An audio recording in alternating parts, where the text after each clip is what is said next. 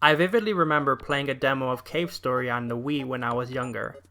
I never finished that demo because the game just did not pique my interest. That's why many years later, when my good old friend who shall not be named gifted me Cave Story for the Nintendo Switch, I was rather hesitant to play it. Firstly, due to my previous experience with the game demo, and secondly, because I was hesitant to play any indie game at all. I always associated indie games with being, for a lack of a better word, cheap looking, simple, and overall not that interesting. That's why for most of my gaming life, I've always stuck with games from major studios. However, recently, I have grown frustrated with major studio titles. This frustration led me to buy and play Hollow Knight, which I really enjoyed. Playing Hollow Knight was an eye-opening experience. It made me question my previous thoughts on indie titles. Perhaps indie games had more than meets the eye. From there, I learned that Hollow Knight belonged to the Metroidvania genre. My previous experience with the Metroidvania genre involved playing Metroid Prime 1 and 2 and a small amount of Metroid Fusion.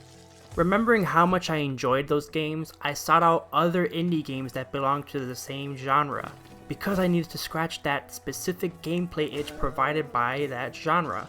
This brought me to Axiom Verge, and lucky me, it was on sale. After finishing and enjoying both of these titles, I thought that I should finally give Cave Story another chance because it turns out that Cave Story is also considered a Metroidvania. Yet, after playing the game, I questioned whether or not the experience was truly a Metroidvania. Perhaps it outgrew the genre. Throughout my experience, I noticed only a single Metroidvania-like characteristic. But before getting into specifics, what really defines a Metroidvania experience? Well, a Metroidvania experience to me involves the exploration of a non-linear, interconnected world in which you can find new skills and or upgrades for your character to access areas that were not previously accessible.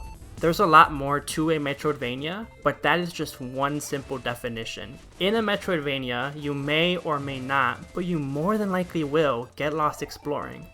You will most likely want to pull out your hair searching the entirety of the map to find that last area you need to explore, but that's a part of the charm.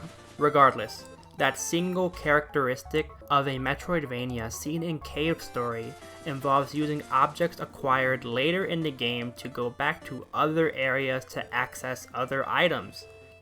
In my opinion, this is where the similarities between Cave Story and a Metroidvania end. This is because the items you acquire to use in other areas do not unlock access to new areas but just personal upgrades for yourself, like your health or a new weapon. The items are useful, but not essential for the progression of the story. Also, everything you need to access areas will be given in the main quest by characters, like the booster from Professor Booster. Another way that Cave Story deviates from a Metroidvania involves the areas of the game. The areas of Cave Story are not interconnected. In fact, you have to teleport between the areas.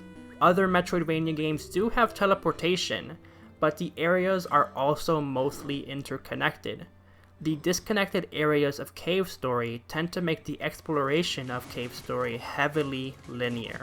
That is, everything needed to complete an area and access certain locations within an area will be provided in that same given area.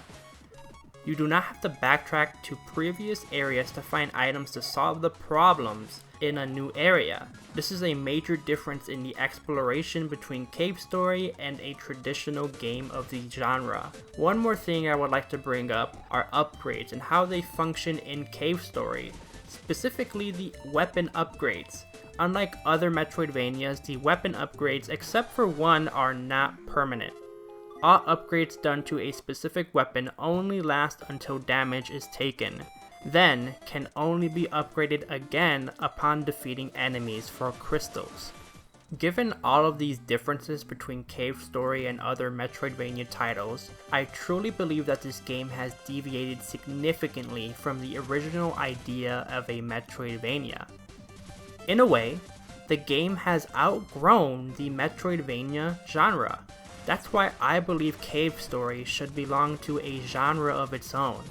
It was truly a unique experience and something I never really played before. Sure, that can be because of my lack of playing indie titles, but nonetheless, I think my point should still stand. I do not know what this new genre should be, but I do think it's something that should be considered, because just like the back of the game case says, Cave Story truly is a life-changing video game experience. Thank you for watching. If you enjoyed this video, please give it a like and subscribe for future content. Thank you again.